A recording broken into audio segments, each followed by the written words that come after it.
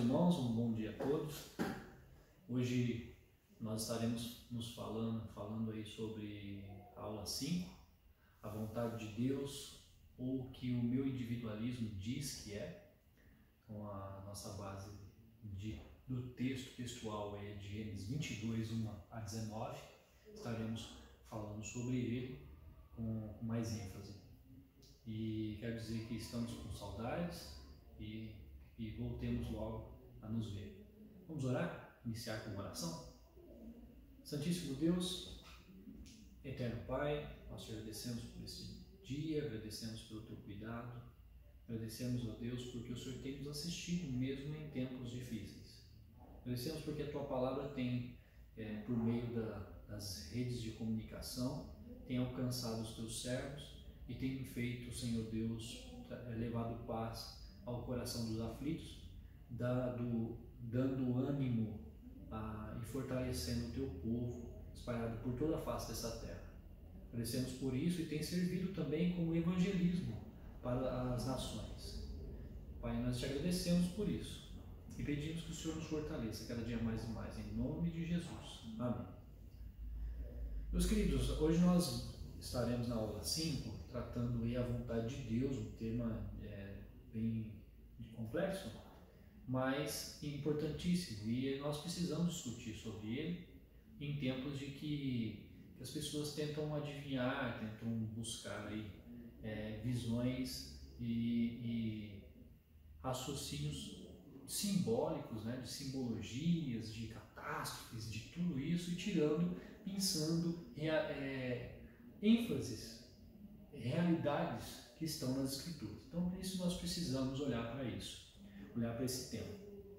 A primeira lição foi tratado aí sobre criação, né? A criação do ser humano, seu propósito. A segunda lição sobre verdade, né? A terceira lição sobre unidade e a quarta lição, autonomia, que os irmãos tiveram. Hoje, na lição 5, nós vamos tratar sobre a vontade de Deus e o seu impacto na nossa vida. A lição é uma adaptação do livro O Conhecendo a Vontade de Deus, de Bruce Waltke, e confronta os populares métodos de adivinhação pagã. Por quê? Então, essa busca pagã, que muito da realidade de quem adentra a igreja, de quem conhece a igreja, posterior a uma vida que não nasceu no cristianismo, até mesmo aqueles que nasceram, de vez em quando por ter influência mundana, eles acabam tendo um sentimento meio de querer entender realidades, buscar a compreensão do futuro ou com adivinhações acerca do que irá acontecer, acerca das coisas que concernem ao decreto de Deus, concernente à vontade de Deus, as coisas que acontecerão, o que eu faço que pode mudar o meu futuro, o que essas coisas assim, né? Um jogador de futebol que entra com o pé direito para ver se no jogo ele está bem, né? Não entra com o pé esquerdo. Então, tem todos esses contextos, né? É o crente que põe a água em cima da conta de luz, né? Para diminuir a conta de energia, coloca galão de água em cima da caixa de energia ali do padrão, né? Tem na entrada da casa. Então essa lição ela busca agir assim. Por quê? Porque terá um problema se essa busca se fundamentar em outra coisa que não seja a escritura e a prática da oração. Um relacionamento piedoso por intermédio do Espírito Santo. Então essa relação que entra em choque, uma mordomia errada, gera conta de luz alta.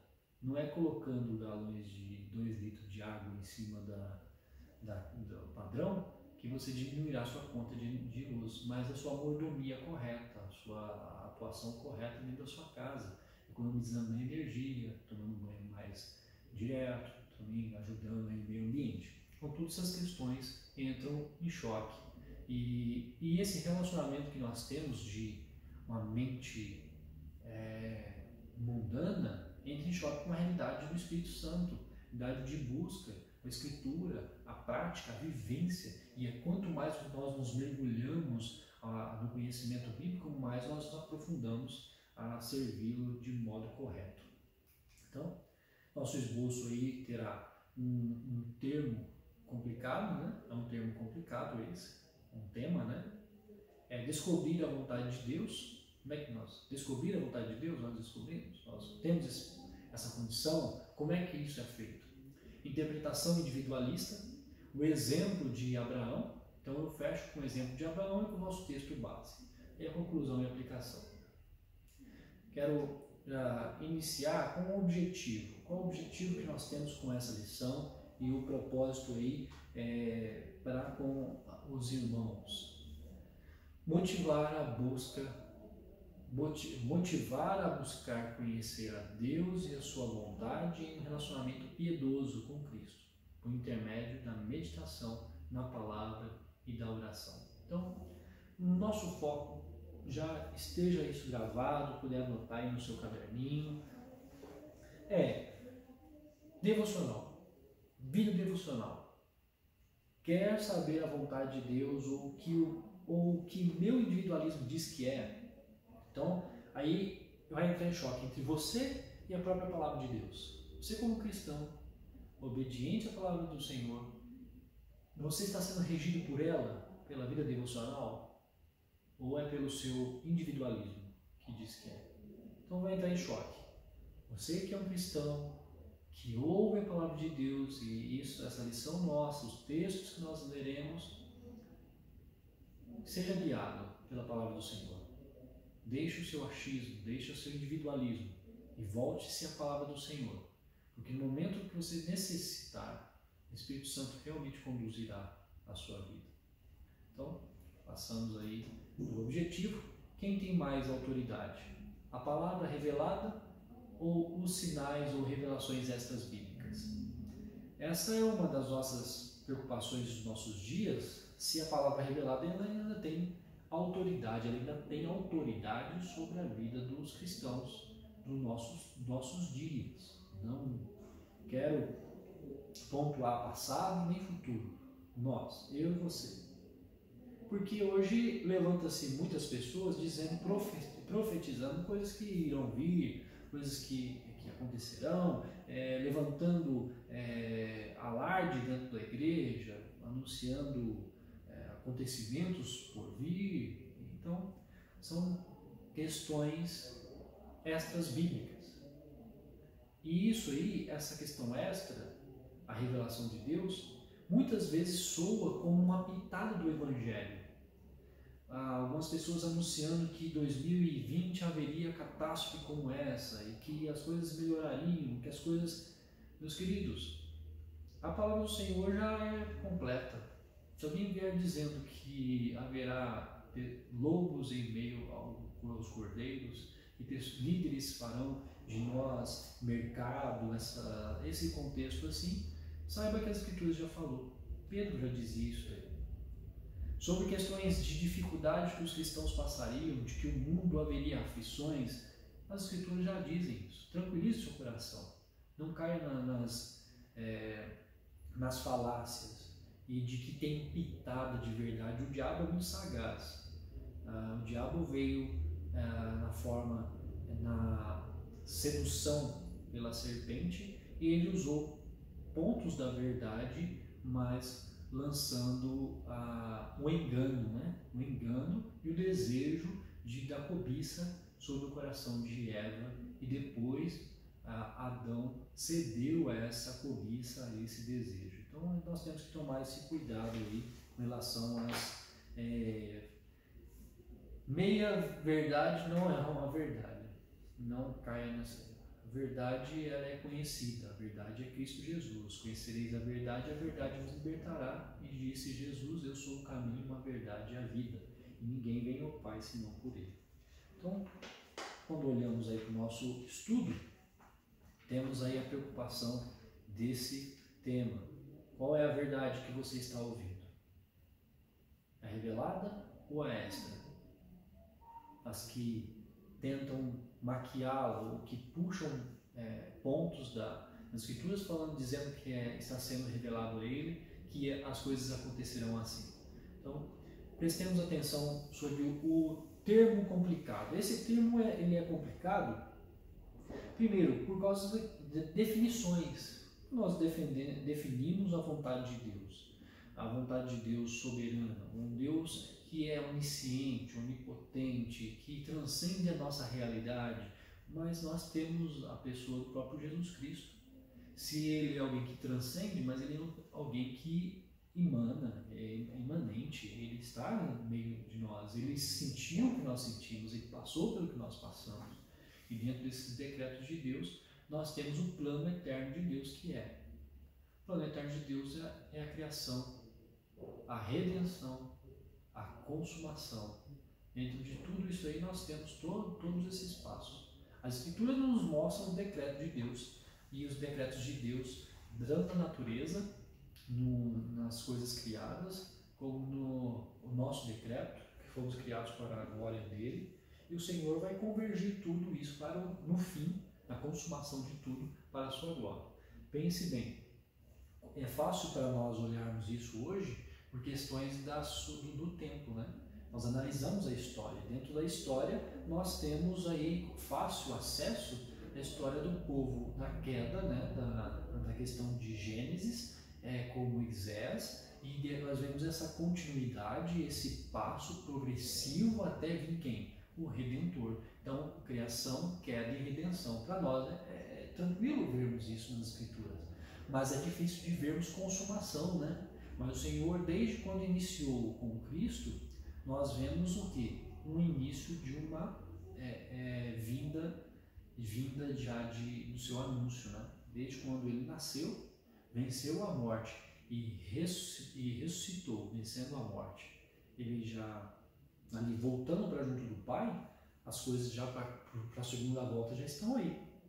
Nós estamos dentro desse processo. E dentro desse processo entra os aspectos decretivos de Deus, que precisam ser anunciados, precisa ser anunciado em toda a terra.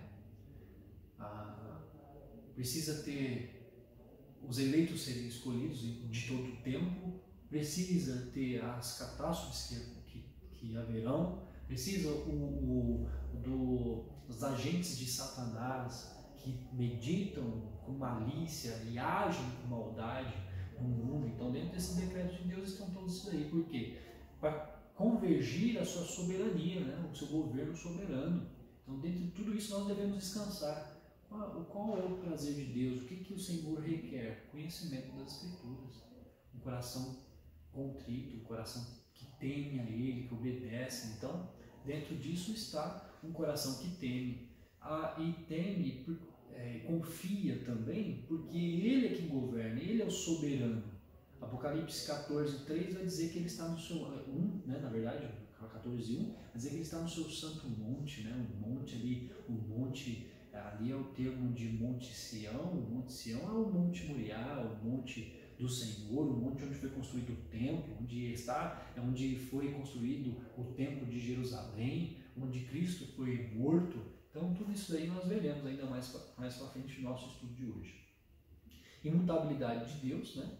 Então, nós temos um Deus imutável, um Deus que não volta atrás, um Deus que tem uma palavra direta, assim, sim, não, e que os seus decretos não fogem da sua vontade. Então, confie nisso, confie na sua vontade, não tema ao tempo e às estações, mas creia na vontade do Senhor. A vontade dele está onde? Em agradar a Deus. E esse agradar a Deus é um agradar temente, né? Quando a gente vai para Provérbios, a gente vê todo esse conceito de sabedoria. Essa sabedoria, ela nos volta a Ele. Nossa sabedoria retorna a Ele, é uma sabedoria que agrada a Ele, que serve a Ele. Então, nós veremos isso também. Os atos e as providências de Deus. Então, dentro do contexto da história, muitos do nosso coração afoito, coração temeroso, coração amedrontado com a circunstância, pode ficar dúbio, ficar desesperado, mas calme, sossegue o coração, ore, leia, medita, entenda os atos de Deus, veja as providências de Deus para com os seus servos e espere, acalme, fique firme na providência de Deus. Também descobrir a vontade de Deus. Nós podemos descobrir a vontade de Deus? Temos esse conceito? Então, quando nós olhamos para Provérbios no Antigo Testamento, que olhamos lá para Provérbios 8, eu peço que você que abra a sua Bíblia em Provérbios 8, nós veremos um conceito aqui de sabedoria que a partir do entendimento da sabedoria de Salomão, nos aponta como uma pessoa. Olha que interessante. O Senhor me possuía no início, capítulo 8, todo o 8 vai tratar isso aqui. Mas olha, eu quero falar com você sobre o versículo 12 ao 14, depois o 22 em diante. Então primeiro eu vou falar sobre o 12 ao 14, capítulo 8, Provérbios, capítulo 8, 12 a 14. Eu, a sabedoria, habito com a prudência e disponho de conhecimento e de conselhos. O temor do Senhor consiste em aborrecer o mal, a soberba, a arrogância, o mau caminho e a boca perversa. Eu os aborreço. Olha lá. Eu, a sabedoria, habito com a prudência. Então a prudência, ela vem da sabedoria. Essa sabedoria dispõe de conhecimento e de conselhos. O temor do Senhor consiste, aí já muda de sabedoria, muda para o temor do Senhor. Então peraí. O que é a sabedoria então? A sabedoria consiste em temer ao Senhor e aí ele aborrece o mal. Então ele anda segundo a vontade do temor do Senhor, obediência. Ele não vive em soberba, porque uma das questões de queda, questões de pecado, questões de cometer erros, é a questão de autonomia, de soberba. Já foi tratado em lições passadas. Então, você arrogante diante de Deus, presunçoso, alguém que está soberbo em cima das suas verdades, achando que tem a verdade, né? Então ele nega a Cristo, nega a sabedoria, nega a palavra de Deus, ele deixa ela de lado. E isso ele caminha, olha lá, e anda por a soberba, a arrogância e mau caminho. Então, como nós caminharemos? Como atenderemos à vontade de Deus? Se nós tivermos a sabedoria do temor ao Senhor. E nisso, nós passaremos ao versículo 14. Meu é o conselho e a verdadeira sabedoria. Eu sou o entendimento, minha é a fortaleza. Então, o Espírito, aí a realidade de Provérbios 8, ela vai mostrar depois do 22 ao 36, que o Senhor me possuía no início de sua obra, antes das suas obras mais antigas. Então, o que está relatando aqui? Uma obra trinitária do começo. O que é a sabedoria? O que é o conhecimento da vontade de Deus? É o conhecimento do Deus Trino. Se você crê no Deus Trino e obedece com temor e reverência diante ao Senhor, você está agindo com sabedoria e progredindo dentro da vontade do Senhor. Primeiro de conhecê-lo, primeiro de obedecer. E obedecendo, você deixará de andar por caminhos errantes, pela soberba, arrogância, pelo mal. Né? Então, o que é o versículo 22 ao 36? Você conhece a trindade de Deus, o ato trinitário de Deus, e nisso você vê toda a criação dele, todos os efeitos disso. Quando nós vamos para o Novo Testamento, nós vemos Atos 17 e 11 falando sobre o povo de Bereia. Por que eles eram mais sábios? Por que eles eram mais prudentes? Por quê? Por causa do conhecimento das Escrituras. Romanos 15, 4, não lembro de cabeça aqui, mas Romanos 15, 4.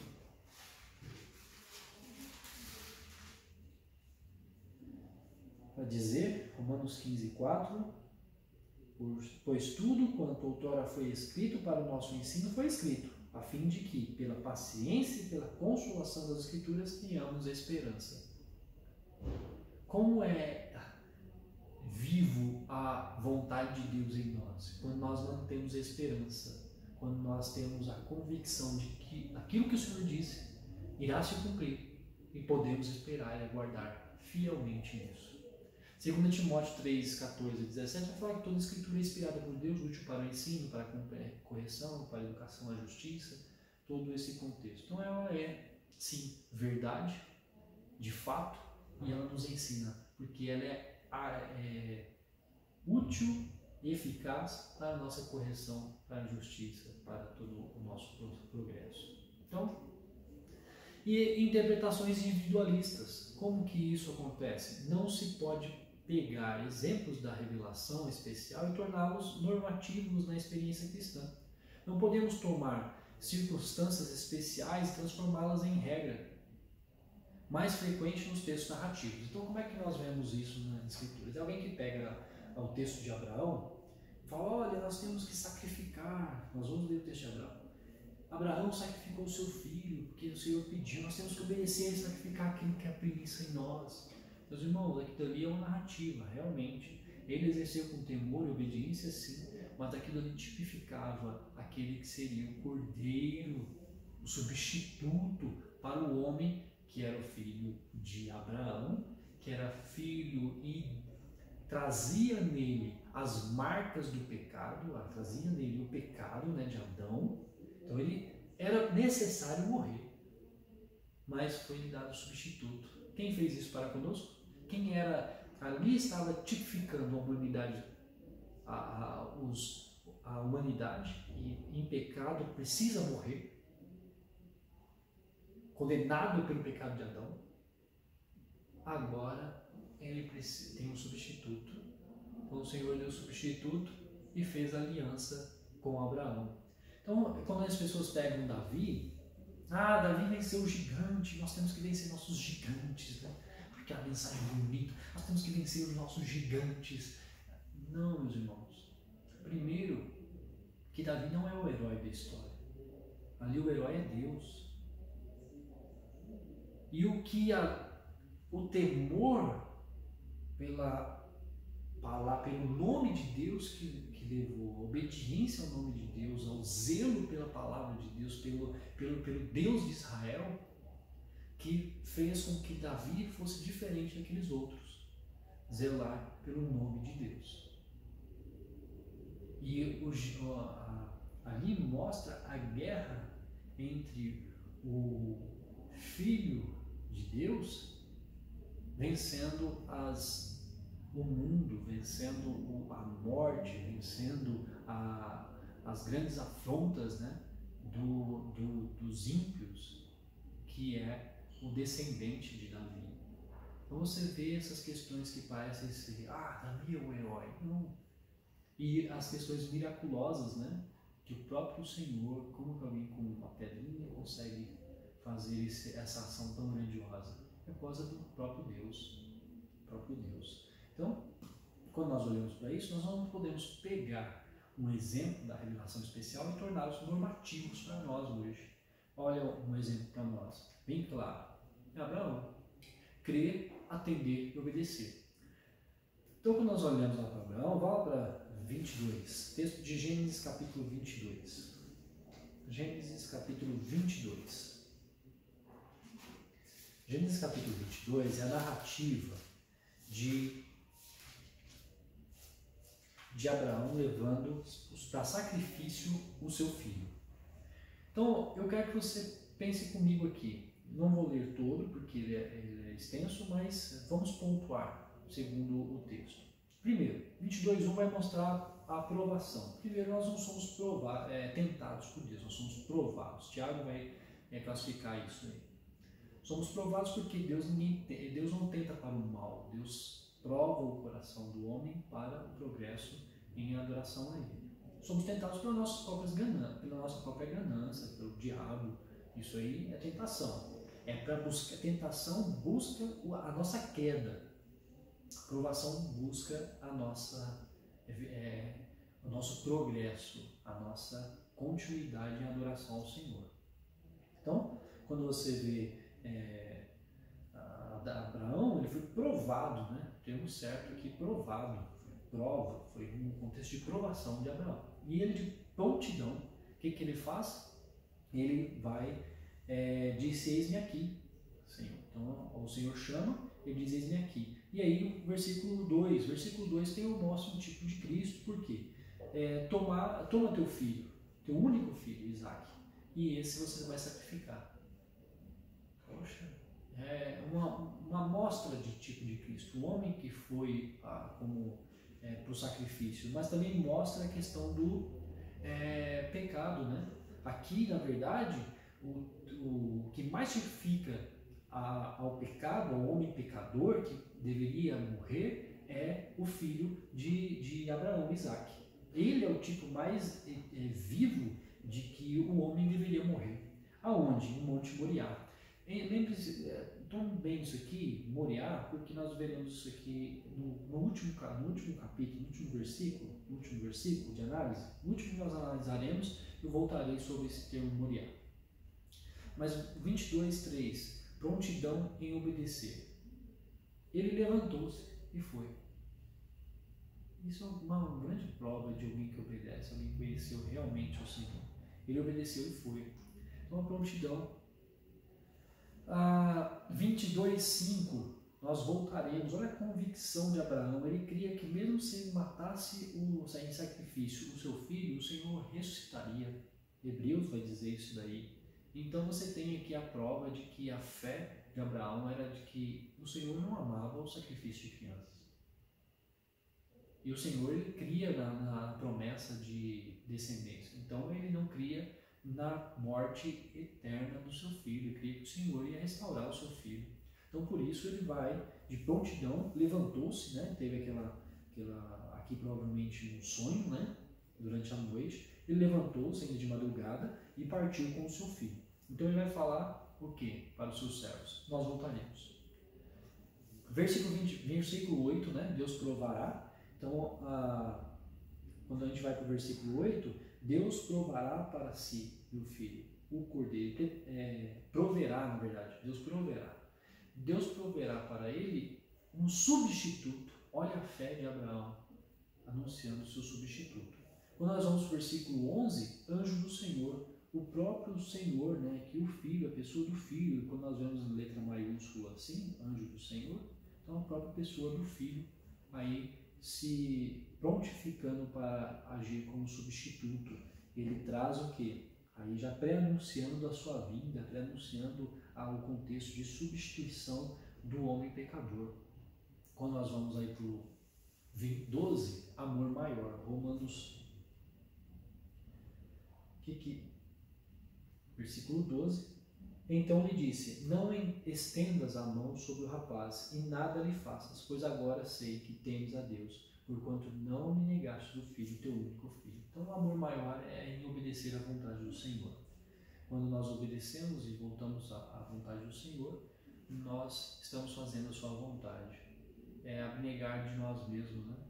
Então quando nós olhamos para o versículo 13, nós vemos o substituto. O versículo 13 vai anunciar esse substituto para o holocausto, que foi o nosso Senhor Salvador Jesus Cristo. E aí, o versículo 14, Monte Sião, Moriá. Aquele que foi servido aqui no Monte Moriá, depois houve uma troca desse nome de Monte Moriá para Monte Sião, e lá foi construído o templo de Jerusalém. Depois, mais para frente, lá nesse monte foi onde Cristo foi sacrificado. Então olha a relação histórica e cristocêntrica. Aquele que foi sacrificado no Monte Moriá, o cordeiro. Também eram sacrificados feito sacrifício, o templo estava ali no Monte Sião. E depois o próprio Senhor foi sacrificado no Monte Moriá, Monte Sião, lá em Mateus, né? Ali nos relatos do Novo Testamento. Então a gente vem para a aliança firmada, 16 ao 17, a aliança foi firmada, e a obediência do servo aí, Abraão. Nós queremos concluir que a vontade de Deus não pode ser conhecida por meio de superstição cristã, mas somente por um envolvimento pessoal com Deus em Cristo, no Espírito Santo. Então como é que nós vamos conhecer a vontade do Senhor? obedecendo. Eu quero fazer algumas aplicações aqui com os irmãos nesta manhã. Uma devocional pessoal lhe fortalecerá para enfrentar pecados pessoais. Então, quando você estiver com grande dificuldade, saiba que o que mais fortalece o crente é a sua devocional. Não adianta, nós falamos muito, e é de grande importância, na verdade, a vida no comum da igreja, na comunhão da igreja, na vida na evangelização, todos esses passos, mas a devocional é que faz com que o crente tenha ânimo, vigor e força. E tomar decisões que agradam a Deus. A devocional ajuda a tomar decisões que agradam a Deus. E é porque também a devocional, ela fortalece para ter um amor sacrificial ou altruísta. Porque quando nós estivermos em tempos de provação, a nossa fé no Senhor e na sua esperança que mostrará as nossas ações como a vontade do Senhor. Que Deus nos abençoe, Deus nos fortaleça, hein? E eu quero encerrar com uma oração. Vamos orar. Santíssimo Deus, eterno Pai, agradecemos por este momento que passamos na Tua Palavra, meditando sobre a Sua vontade. Ela foi revelada a nós para a compreensão da esperança em Cristo Jesus, o Cordeiro que foi morto e que ressurgiu e que agora está sentado à destra de Deus e voltará. As coisas que passaremos, Senhor Deus, elas devem acontecer, mas a nossa fé em Cristo Jesus tem de aumentar, ao passo que nós conhecemos mais ao Senhor e temos a esperança na Tua volta. Pai querido, fortalece-nos em nome de Cristo Jesus. Amém, Senhor. Grande abraço a todos. Deus abençoe.